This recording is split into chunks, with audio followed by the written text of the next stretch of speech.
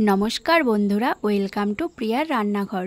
नतून एक रेसिपि देखार जन्य सबाइके स्वागत। आज के निये चले एसेछि पुजो पार्बण उपलक्षे बा कोनो उपसेर दिन बा एकादशीर दिनेर जन्य दारुण सुस्वादु एई साबुर पोलाओर रेसिपि। खेते दारुण लागे। तो चलुन रेसिपिटी देखे निई। एखाने आमी साबुर पोलाओ बानानोर जन्य निये नियेछि 150 ग्राम साबु। एगुलो किन्तु बड़ दानार साबु। एबार भालो करे 2-3 बार जल पाल्टे पाल्टे आमी एई साबुटाके धुए निচ্ছি। तो देखुन साबुटाके खूब भालो करे आमी धुए निয়েছি। एबार एखाने सामान्य परिमाणे जल दिए साबुटाके भिजिए राखबो। जलटा किन्तु खूब बेशी देওয়া যাবে না। 1 घंटा मतो आमी एई साबुटाके भिजिए रेखे दिচ্ছি। तो देखुन 1 घंटा पर साबुटा किन्तु समस्त जलटाई टेने निয়েছে और साबुटा देखुन सुंदरभावे नरम हये गेছে। এইদিকে একটা আলু ছোট ছোট টুকরো করে নিয়েছি একটা গাজর কুচি, ক্যাপসিকাম কুচি আর কিছুটা কাঁচা লঙ্কা কুচি। আর এইদিকে কাজু বাদাম, কিশমিশ আর কিছুটা চীনা বাদাম নিয়েছি। এবার একটা কড়াই নিয়েছি। কড়াইতে কিছুটা তেল দিয়ে তেলটা হালকা গরম করে নেব। তো তেলটা গরম হয়ে গেলে এর মধ্যে চীনা বাদামগুলো দিয়ে চীনা বাদামগুলো ভালো করে একটু ভেজে নিচ্ছি। তো দেখুন বাদামগুলো কিন্তু ভাজা হয়ে গেছে। এবার তুলে নিচ্ছি।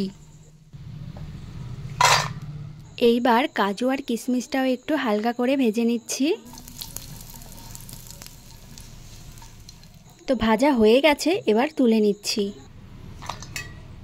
এবার ওই একই কড়াইতে আরও কিছুটা তেল দিয়ে দিয়েছি। এবার দিয়ে দিচ্ছি কিছুটা গোটা গরম মশলা, দিয়েছি 2 টুকরো দারচিনি, 2টো লবঙ্গ আর 2টো এলাচ।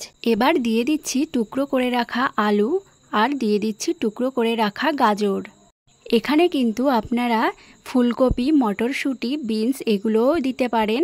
আলু আর গাজরটাকে একটু ভালো করে ভেজে নিচ্ছি। কিছুক্ষণ পর ঢাকনাটা তুলে নিয়েছি। এবার আমি এর মধ্যে দিয়ে দেব কিছুটা কাঁচা লঙ্কা কুচি আর দিয়ে দিচ্ছি একটা ক্যাপসিকাম কুচি। এবার ভালো করে নেড়েচেড়ে আরও 2 থেকে 3 মিনিট আমি ভেজে নেব। এবার দিয়ে দিচ্ছি 1/2 টিস্পুন লবণ। লবণটা আপনারা আপনাদের স্বাদ অনুযায়ী দেবেন। তো এখানে সবজিগুলো নরম হয়ে গেছে আর সেদ্ধও হয়ে গেছে। এবার এর মধ্যে আমি দিয়ে দিচ্ছি আগে থেকে ভিজিয়ে রাখা সাবুদানা। এবার ভালো করে নেড়েচেড়ে একটু সবজির সঙ্গে মিশিয়ে নিচ্ছি। আর দিয়ে দিচ্ছি এখানে 1 চামচ চিনি। চিনিটাও আপনারা আপনাদের স্বাদ অনুযায়ী দেবেন। যারা একটু মিষ্টি বেশি খেতে পছন্দ করেন তারা কিন্তু একটু চিনিটা বাড়িয়েও দিতে পারেন।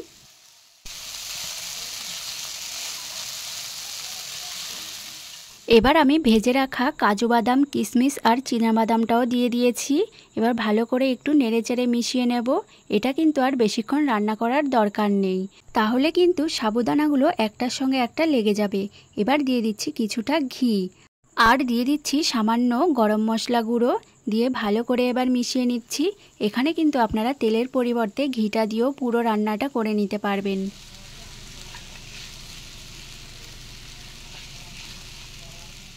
পোলাওটা কিন্তু একদম রেডি হয়ে গেছে। এবার আমি নামিয়ে নিচ্ছি।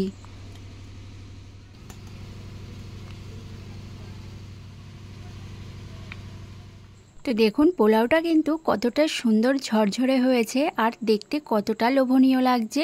খেতেও কিন্তু দারুণ টেস্টি হয়। কোনো একাদশী বা উপোসের দিনে যদি এইভাবে একবার সাবুদানার পোলাও রান্না করে খান, খেয়ে মন ভরে যাবে। যারা সাবু খায় না তারাও কিন্তু খেতে চাইবে। তো আজকের এই রেসিপিটি যদি ভালো লেগে থাকে চ্যানেলটি প্লিজ সাবস্ক্রাইব করে দিয়ে পাশে থাকবেন।